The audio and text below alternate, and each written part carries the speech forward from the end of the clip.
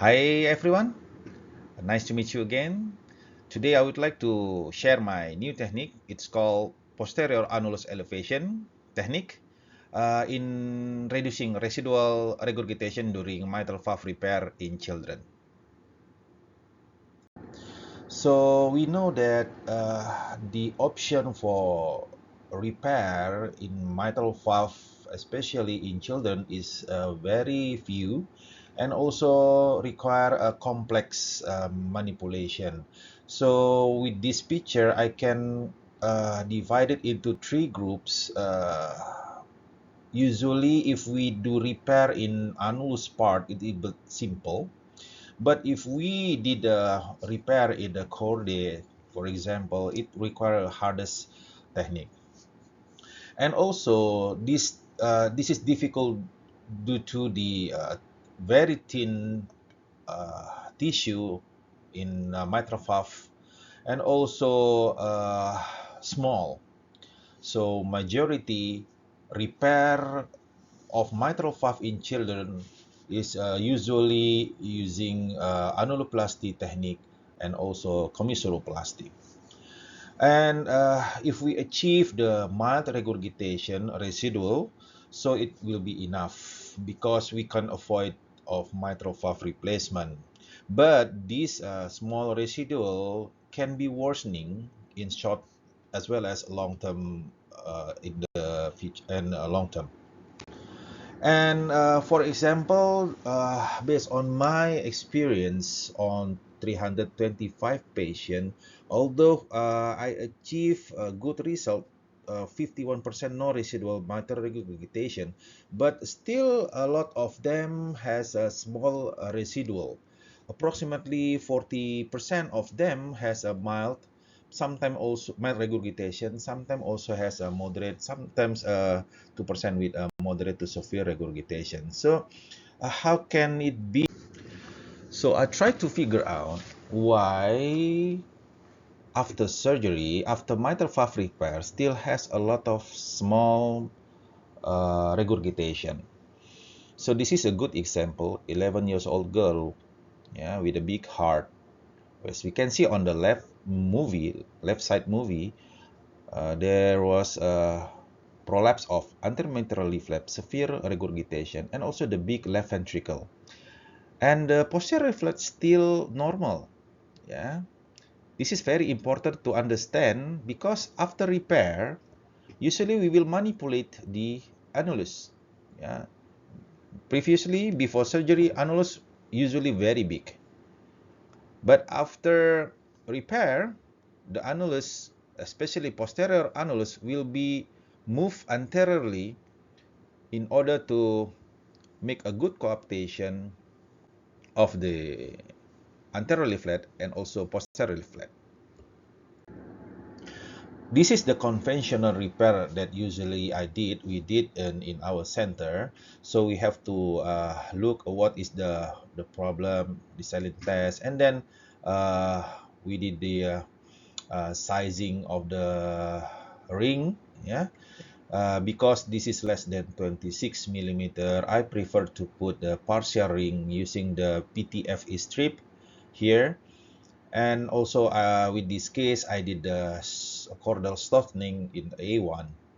So the principle of this ring, we pull up the posterior part to anteriorly in order to get a good coaptation with the anterior mitral leaflet. Yeah.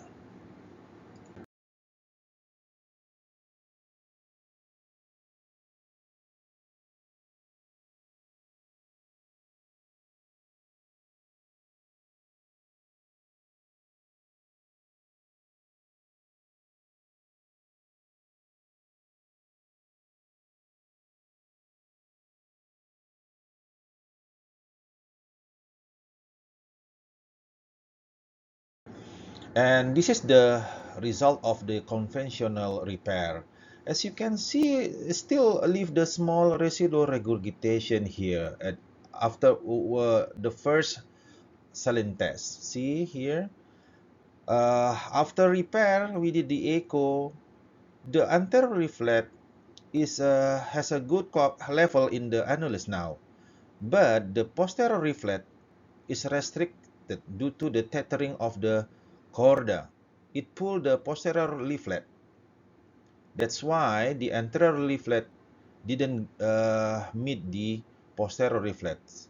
So it will cause the small regurgitation. This is the animation. Hopefully we can understand more how the small residual regurgitation happen, and also I propose a new technique to close that gap. See, this is the conventional repair using the ring. This posterior leaflet tethering or retract by the enlarged left ventricle, leaving the small residual regurgitation.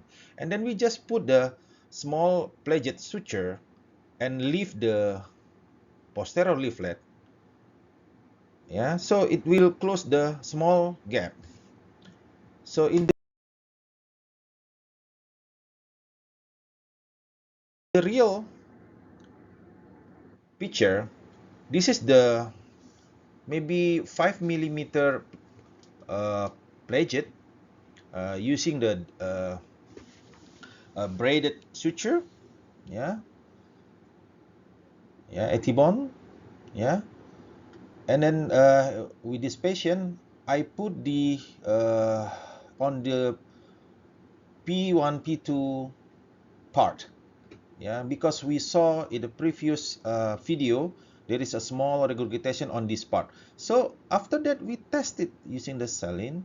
As you can see, after 3 times, and then only 4 time, and then a 5th time, and then 6 times, there was no there wasn't any residual regurgitation.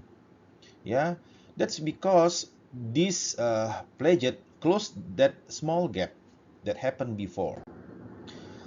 So we leave the question that how far, or how especially in children with mitral regurgitation who underwent conventional mitral valve repair, and if we combine with this annulus elevation technique, will it decrease the residual regurgitation? At the same time, will it also increase the coaptation length and coaptation length index? I will explain about this later on. And will it improve a clinical outcome and also the metabolic marker? And also, because we use the artificial material, will it decrease also the potential hemolysis, especially marker? Yeah. And for the target of analysis, I put some evaluation here for anatomy and physiology. So we did the echo, see whether there is a small whether there is a residual regurgitation. We can measure also coaptation length. This is the coaptation length, the length uh, that measure between the anterior leaflet and posterior leaflet. There is a meeting point here, yeah, closing point. So we measure this part, and coaptation length index, if we divided this coaptation length with the mitral valve diameter. Yeah. And then also clinical outcome, we measure the mechanical ventilation, inotropic score, ICU stay, hospital stay, MACE, and also low cardiac output syndrome. For heart failure marker, we evaluate NT-proBNP, lactate, and also we did evaluation for hemolysis marker using haptoglobin, LDH, and also fragmented erythrocyte. So this is the pathway. So patient with regurgitation, we did the informed consent. We did also the ethical clearance in several body. Yeah, and also after that we divided into two group. Control group that underwent the conventional mitral valve repair. The conventional mitral valve repair consists of annuloplasty with or without cleft closure, commissuroplasty, leaflet resection, or chorda transfer. This is the usual fashion for mitral valve repair. And then for intervention group, we will add the annulus elevation using the pledget suture. Yeah, and then we did evaluation on intraoperative, post-operative, 2 weeks after surgery, 3 months after surgery, and then we summarize, we collect all the data and did the analysis. And this is a randomized control trial we did on 1st July 2020 until 30 June 2022 at National Cardiovascular Center Harapan Kita. We did on 64 patients, divided into 3 age groups. This division because we want to make a homogeneous in the population. Yeah, if we don't divide into these three groups, maybe potential for some arm, some population has a lot of big patient, and also sometimes at the other group potential will be small, so it not good in to make the comparison. That's why we divided into 3 groups: 1 day to 7 years old, 7 to 13 years old, and then 13 until 18 years old. So this is the number of the patient. We did the randomization. So the control, we has 32 patient, and also the intervention population has 32. Unfortunately, only 30 patient finished the evaluation until 3 months post-operative. Those two patients, one patient died in ICU because of the heart failure, and one patient lost to follow-up.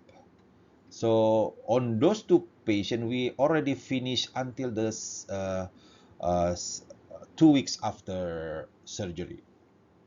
And on the intervention group, um, only one patient died. This patient already discharged from hospital, yeah, and died after surgery on day 31 in other hospital due to the respiratory failure uh, caused by pneumonia. For subject characteristics, both group is similar. Yeah, there was no significant difference between these two group. Yeah, so age also almost the same, and also the anomalies we including the small uh, other anomalies such as ASD, PDA, and tricuspid regurgitation. We did the repair of those. We closed the ASD, closed the PDA, and did the tricuspid valve regurgitation repair. Yeah, so almost the same in the number, and also the conventional repair also almost the same here between these two groups. And if we look at from the transthoracal echocardiography, especially for residual mitral valve regurgitation on POD 0, uh, there was a lot of mild residual regurgitation on the control group. Yeah, 43.8% compared to 6.3%. So, and also two patient has a moderate regurgitation. And after 5 days on the control group, surprisingly, the residual regurgitation developed to be a moderate, and one also developed to severe regurgitation, and also still has a large amount of the mild regurgitation. Compared to the intervention group, still only a small number residual regurgitation.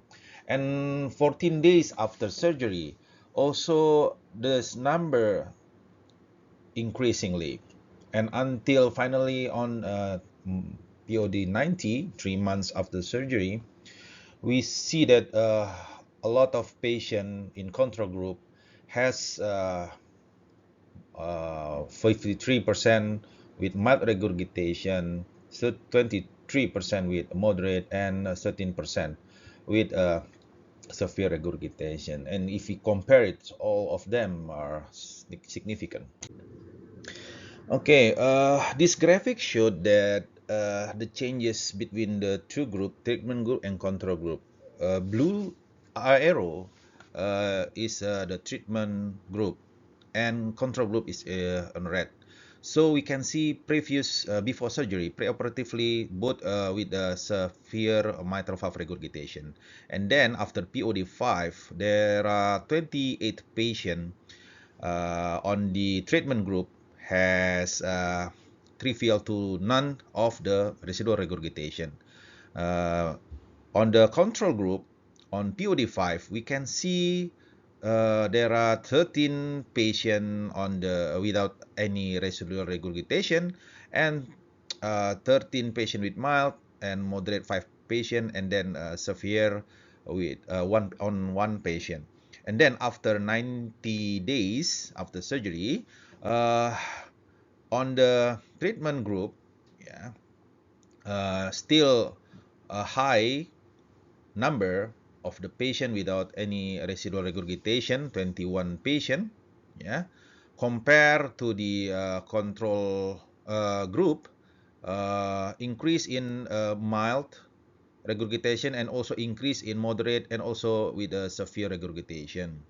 And we can conclude that the changes, this technique can minimize or can decrease the risk of the residual mitral regurgitation on the treatment group on day 5 around 26% compared to control group. On 90 days, days 90, the this technique can decrease the risk of the residual regurgitation around 31% compared to the control group. And how about the cooptation length? All of days, all of the significant better in the on the intervention group, yeah, treatment group.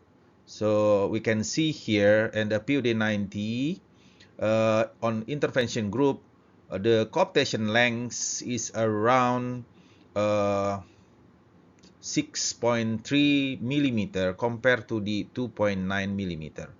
And cooptation index on 90, for example, we can see zero point 0.3 on the intervention group and only zero point 0.1 on the control group. These two graphic shows the progressivity of cooptation length and cooptation length index. We see in the control group there was a decreasing in cooptation length as well as the cooptation length index, but not significant. Different with the treatment group, yeah. Treatment group has a higher cooptation length and also cooptation length index, and no changes, no significant changes between those days. And how about the clinical outcome? We can see both group has no difference. Yeah, ventilator time, inotropic score, ICU stay, hospital stay, MIS, and also low cardiac output syndrome. And also heart failure marker, there was no uh, difference between the two group. Yeah, we can see from day 5 until day 90. Yeah, based on NT-proBNP as well as lactate. Yeah, we can see in on early stage on the day 5, we can see the NT-proBNP still high. Maybe this is due to after surgery, but after several days and day 90, it's become normal. Yeah. And how about the hemolysis marker? We can see we choose 3 marker for hemolysis: haptoglobin, LDH, and also fragmented erythrocyte. So uh, the clue for hemolysis, if we find the increasing of LDH followed by decrease of the haptoglobin, we can see here on the day 5 only haptoglobin was significantly decreased, but it's not followed by increase of the LDH. So it's probably because of the I mean the heart lung machine. Yeah, but all of this evaluation, there was no any difference between this group. And for conclusion, we can say that in children with mitral regurgitation who underwent the conventional mitral valve repair together with posterior annulus elevation, it can decrease residual mitral regurgitation, and at the same time also can increase the coaptation length and also the coaptation length index. And we don't have to be worried because no difference in clinical outcome or metabolic outcome and also hemolysis marker compared to the conventional mitral valve repair alone. So I can say this technique as a Buram stitch technique. Yeah, hopefully it will be useful for all of you. Yeah, let me know if you have any question. Just put it on this comment. Okay. Thank you and have a good day. Bye bye.